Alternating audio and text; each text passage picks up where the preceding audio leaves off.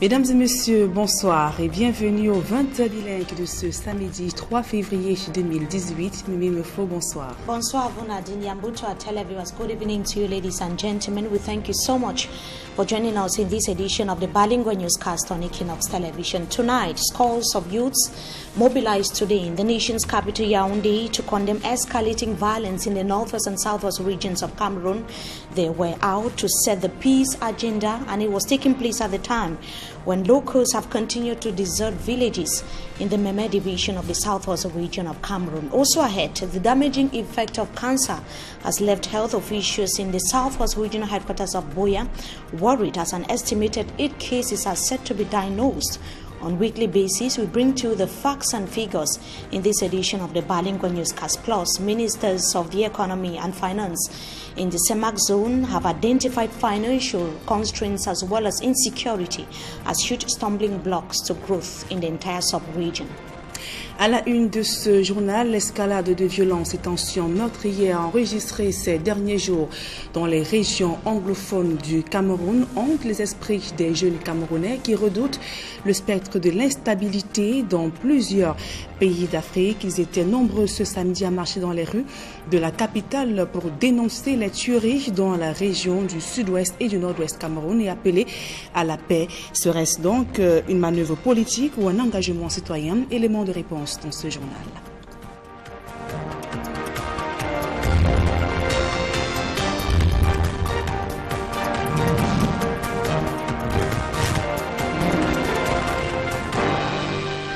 Mesdames, Messieurs, une fois encore, bonsoir et bienvenue à tous. Je vous le disais à titre, des jeunes se mobilisent pour la paix au Cameroun. Ils étaient nombreux ce samedi à marcher dans les rues de la capitale Yaoundé pour dénoncer l'escalade de violences meurtrières enregistrées dans les régions du nord-ouest et du sud-ouest Cameroun. Ces jeunes appellent le gouvernement camerounais à mettre tout en œuvre pour une sortie de crise. Emmanuel Diop et Gizogo.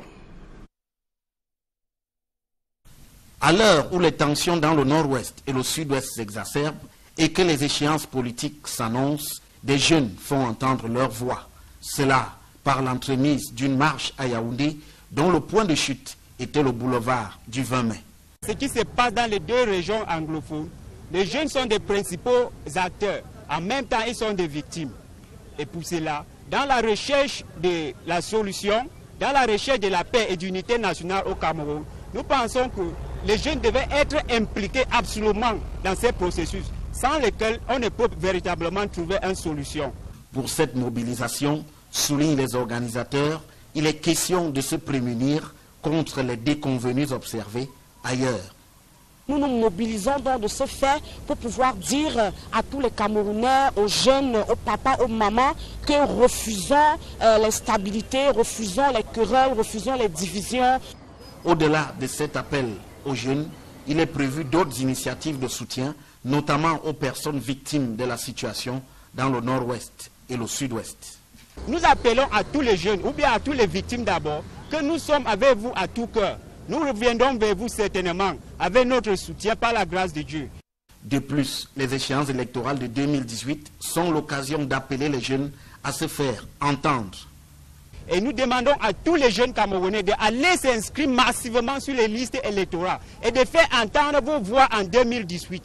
Tout un programme qui ne reste à être jugé qu'à l'aune de ses résultats. Autre actualité au cœur de ce journal, la crise financière qui traverse la sous-région Afrique centrale était au cœur des travaux de la 4e session des ministres de l'économie et des finances de la CEMAC à Douala. Les experts présents ont réfléchi sur les voies et moyens pour faire sortir la sous-région du marasme économique et appeler les États membres à respecter les réformes communautaires. Le président de cette commission a saisi l'occasion pour dénoncer la tentative de coup d'État survenue en Guinée équatoriale. Plus de précisions dans ce reportage.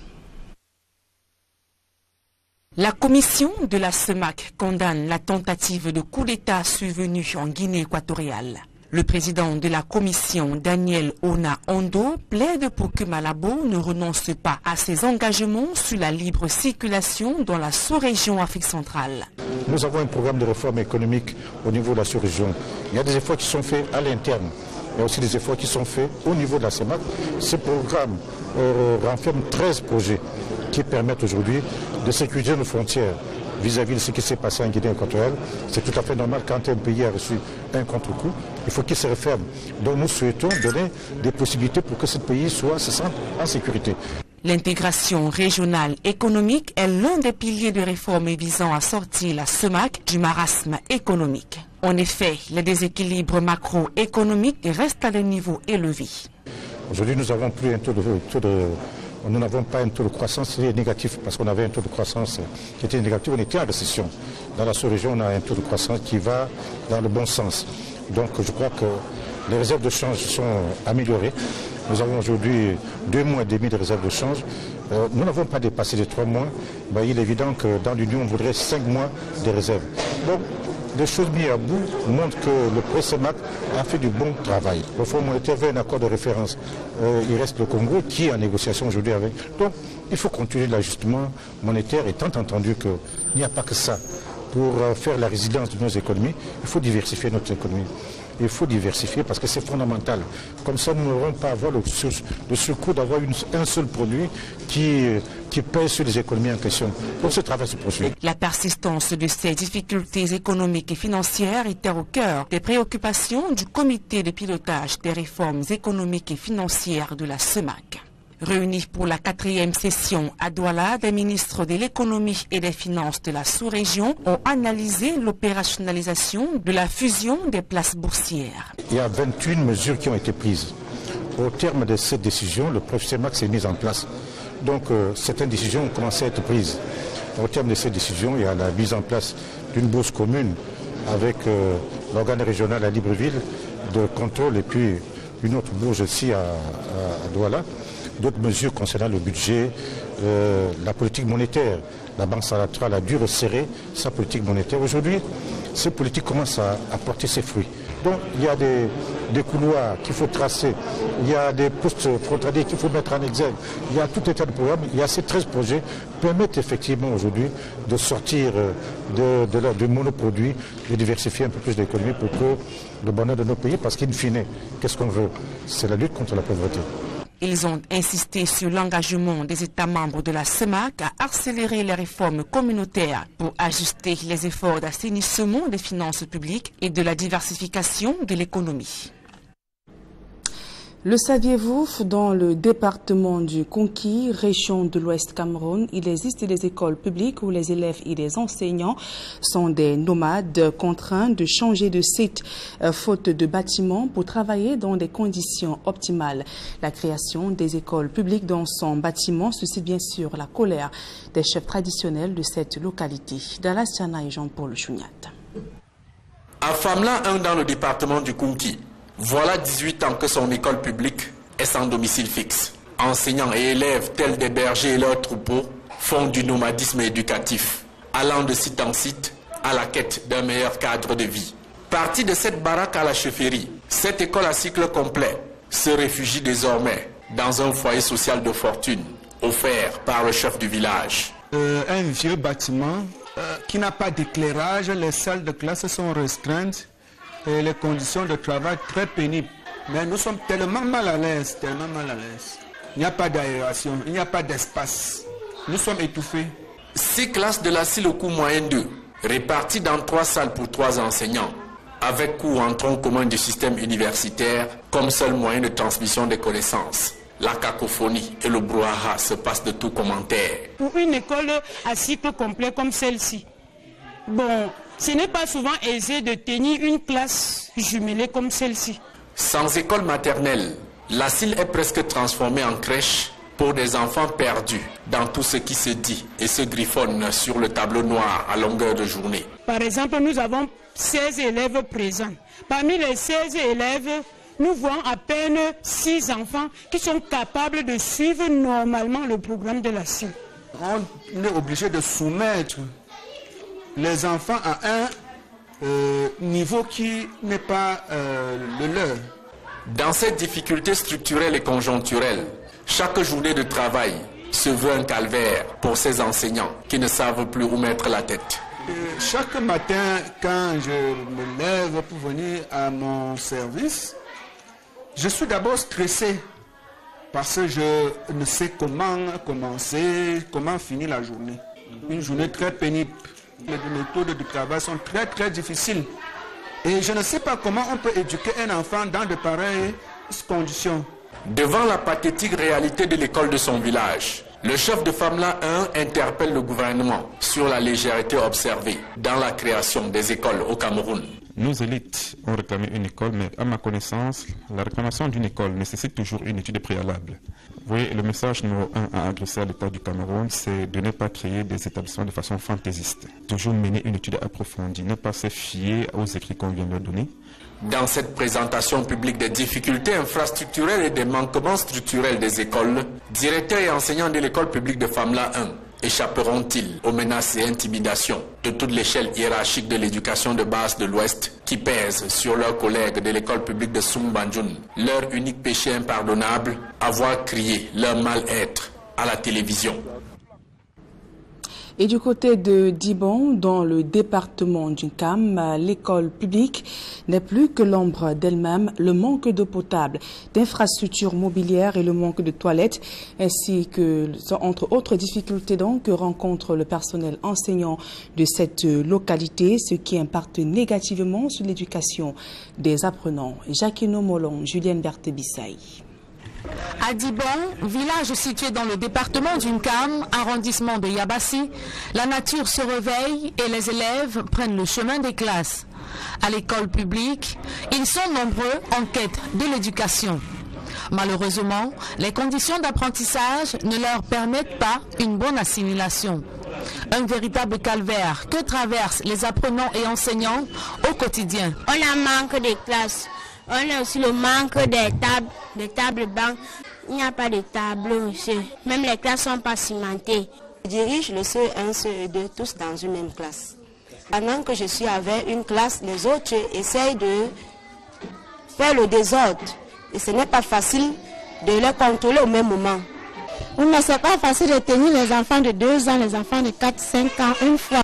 Ceux de la grande section, ils ont des programmes à suivre et ceux de la moyenne section. Donc, il faut jumeler tout ça une fois, les cris en haut, les pleurs en bas, c'est pas facile. Cette école, bâtie à base de matériaux provisoires, ne dispose d'aucune toilette.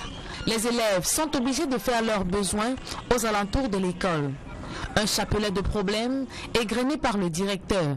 Nous avons aussi les difficultés sur le mobilier, vous voyez vous-même. Il n'y a pas de salle de classe, il n'y a pas d'enseignants. Je suis le seul maître de l'État ici. Même comme j'ai les maîtresses, ce n'est pas facile de les gérer. Ici, le seul bâtiment qui abrite cette école est un site privé. Dibon, localité à fort potentiel agricole, vit encore le calvaire de l'enclavement des routes. Une situation difficile pour les parents qui peinent à s'acquitter des frais de scolarité de leur progéniture. Actualité sportive à présent, le football est un lieu pastoral pour l'Église et un creuset de l'unité nationale. C'est en tout cas le message délivré ce samedi par le recteur de la cathédrale Saint-Pierre et Paul de Douala. L'abbé Clément Aboudi s'exprimait au cours d'une messe d'action de grâce organisée donc à l'honneur de New Star de Douala, le club vainqueur de la Coupe du Cameroun de football. François Radikoumé, Donald Agnozoa. La procession conduit New Star de Douala dans la maison du Seigneur. L'équipe, vainqueur de la Coupe du Cameroun, est venue confier le fruit de ses efforts à Dieu. La messe d'action de grâce qui porte l'événement sera l'occasion pour l'ensemble de l'association sportive New Star de recevoir la bénédiction divine. Suivront aussi la remise d'un tableau d'honneur géant au gouverneur du littoral et divers dons remis au club par les supporters. Des moments qui cadrent avec la culture du partage promue par l'Église. Nous nous sommes rendus compte dans l'église que le football était un lieu pastoral, un lieu d'évangélisation, un lieu qui peut aussi promouvoir l'unité nationale.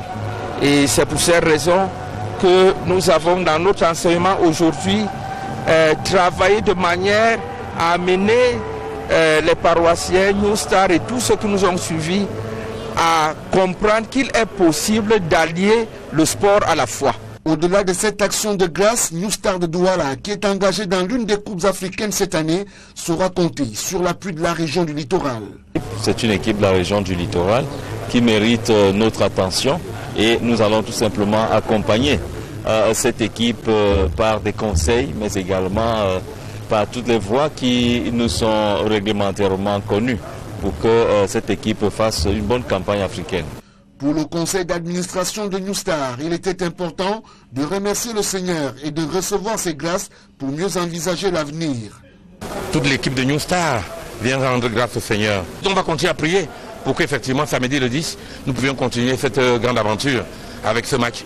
Après la fête, New Star a désormais la tête et les yeux tournés vers Limbé, où il affrontera Deportivo Niamfan de la Guinée équatoriale dans le cadre du tour préliminaire de la Coupe de la CAF.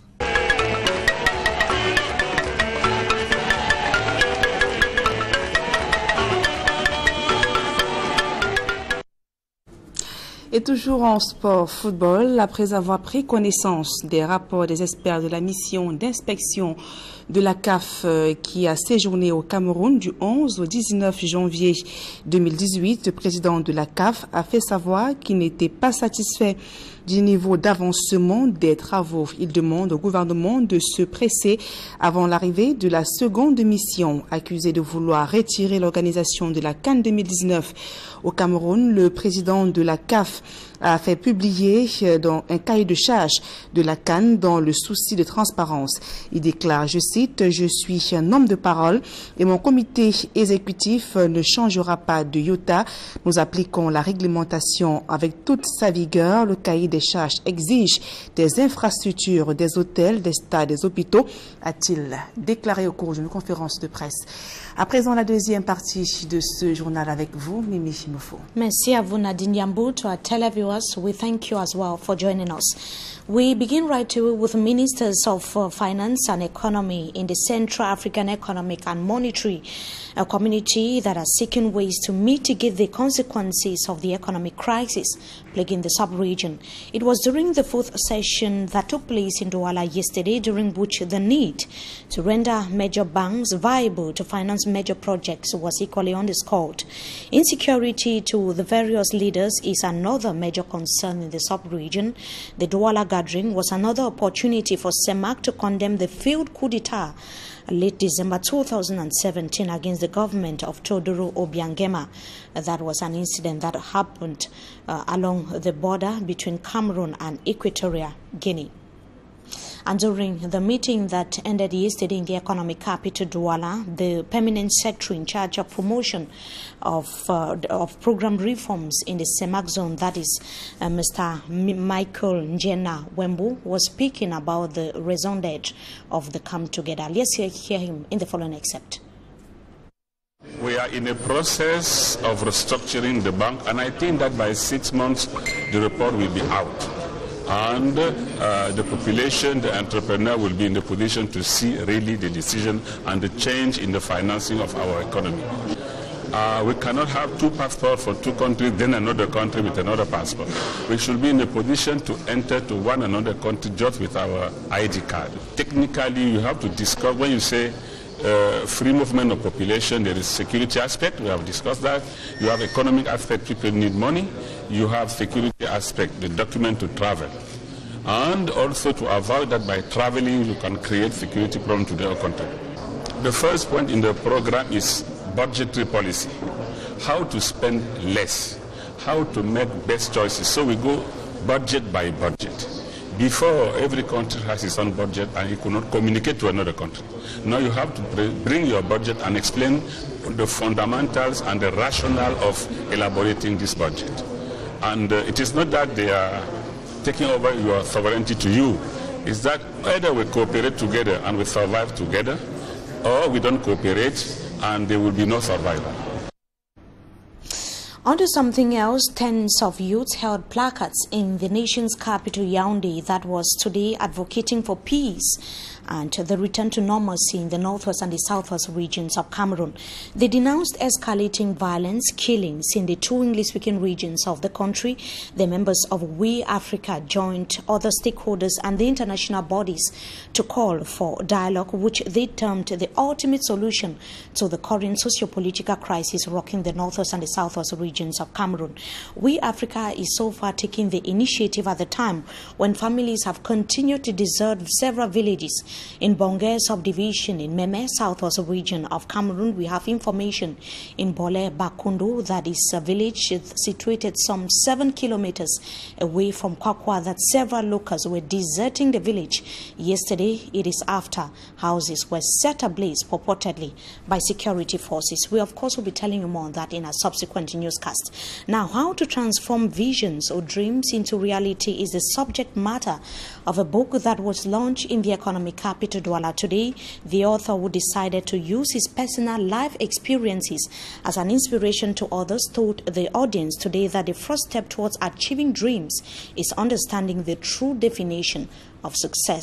Let's have the details in the following report. Education is open to all, but to build a career and see it through a fruitful end has become a burden to many graduates.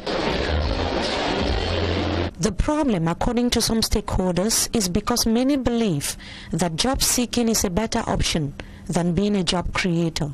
A Cameroonian author is now using his latest publication to educate youths and the society on how life's challenging moments can inspire a successful career.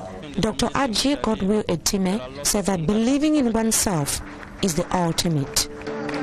You should first of all be confident about yourself and believe that nobody can give you what you need more than yourself.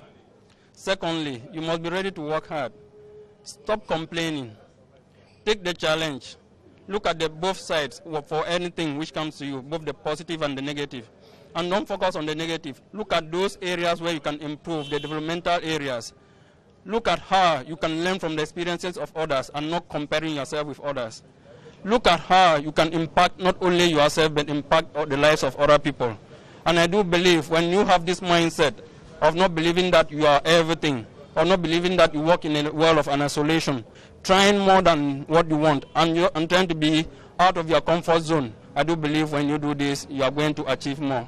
Taking part in the book launch in Douala Saturday were other educational stakeholders, Lego minds and career builders who underscored the need for aspiring successful youths to possess leadership skills. Leadership skills are learning by doing. You have soft skills that they will not teach you in the university, and that you need to develop by being at the service, volunteerism. I will advise young people not to only focus on paper, the book, but they should have extracurricular activities, be involved in associations, in church activities, in their communities, citizenship activities. That's how you build the leadership, because here we are talking about responsibility, because when we talk about leadership to young people, they see privilege. They say, okay, president, you are a mayor, you are a minister, and then they say about stealing.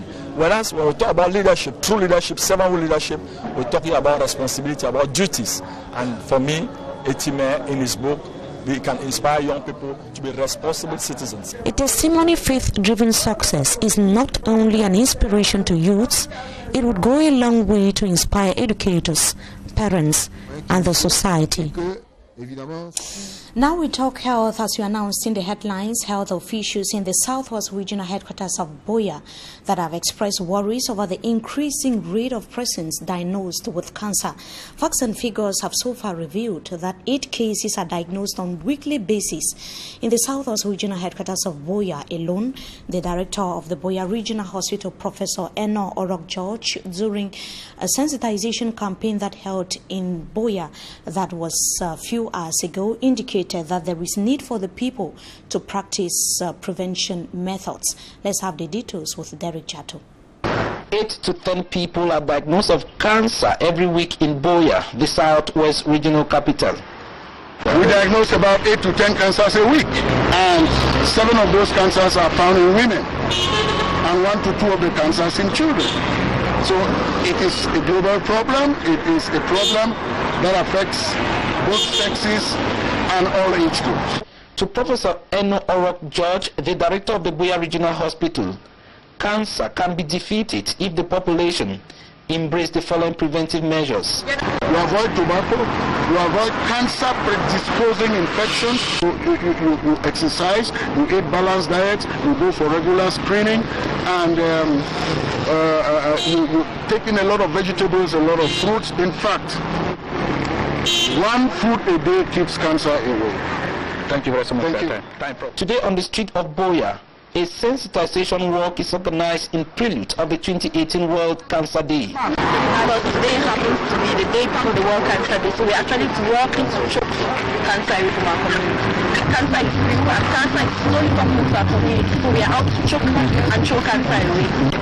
And being an ambassador for this cancer, for the fight of cancer, the Choke Cancer campaign, it has really helped me a lot. It has given me a lot of awareness about cancer. There's a lot of things that I've actually really learned. And Nuela Lyonga of Nuela Lyonga Foundation, the brain behind this campaign, says the fight is a big one and they must not stop here. It will not end on just moving in the streets. Next time, maybe in October during Breast Cancer Awareness Month, we are going to do free screening for people. So we are hoping all those who are out there who have been able to watch us and listen to us join the fight against cancer. People are silently dying of cancer without us knowing. We have to help those who are cancer patients to fight it. We have to choke it with them. We have to celebrate cancer survivors. Their messages can inspire some cancer patients to survive likewise. Medics have recommended that eating a carrot a day keeps cancer away. Reason why carrot took the center stage during this public awareness campaign in Buea. A carrot a day keeps cancer away. Also a carrot a day. A carrot a day keeps cancer away. Keeps cancer away. Again. Cameroon's AFCON hosting ride is still on the balance, as she is not only supposed to meet the various deadlines of the projects earmarked ahead of the said competition. The Confederation of African Football president has equally insisted that Cameroon is supposed to respect all the specifications required for them to host the competition. Ahmad was speaking during the meeting that took place, the 40th Ordinary General Assembly of the Confederation of African Football that took place in Casablanca in Morocco. It should be noted that he equally urged Cameroonian authorities to step up efforts as they prepare to host the 2019 AFCON Games. Details with Smatnik Gabriel. There is no cause for alarm for Cameroon as they timidly prepare for the African Nations Cup in 2019. Even though a complete report hasn't been handed by the company Hollandberger auditing the infrastructure and organizational related issues for CAF for the upcoming competition, the African Cup of Nations was part of the discussions at the 40th Ordinary General Assembly meeting of CAF executive members in Casablanca, Morocco, Friday. CAF's president Ahmad was very categorical when he said there was a difference on the inspection report and specifications, thus sending Cameroon another message for them to double up their speed to meet up with time. Football stakeholders want a better AFCON in all its ramifications: stadia, hospitals, roads, infrastructures, airports, and hotels. We work on transparency, reasons why we hired an auditing firm. The first CAF inspection team visited Cameroon from the 12th to the 20th of January, and during their stay, they toured sport infrastructures and hotels. The final report of their visit will be made official by CAF's executive committee members later this month. The Ordinary General Assembly meeting was also an opportunity to vote new members into the executive committee. 4 new faces made their entry into the committee Amongst them, an anti-Balaka leader, Patrice Edouard Ngaisuna, who beat his Gabonese counterpart, Pierre-Alain Muyingini, to get into the Executive Committee Bureau of CAF to safeguard the interests of the Central African Zone in the Confederation of African Football. The African Nations Cup Cameroon 2019 will run from June 7th to July 7th, 2019. And that brings us to the end of this edition of the Bilingual Newscast on Equinox Television. Viewers, we thank you so much for joining us as usual. Wishing you a blessed stay in the company of our programs. Until we meet again, goodbye. Nadine Yambo, bonsoir. Bonsoir, Mimi Nofo. Mesdames et messieurs, c'est la fin de ce journal. Merci pour votre aimable attention et bonne suite des programmes sur Equinox Télévision.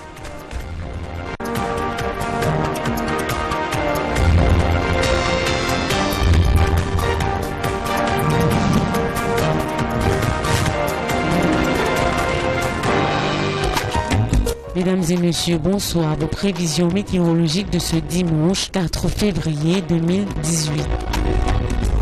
On commence par la région du sud-ouest à Morphée. La journée sera ensoleillée avec un soleil voilé par quelques nuages. Le ciel sera peu couvert en soirée. Les températures varient de ce côté entre 22 et 39 degrés.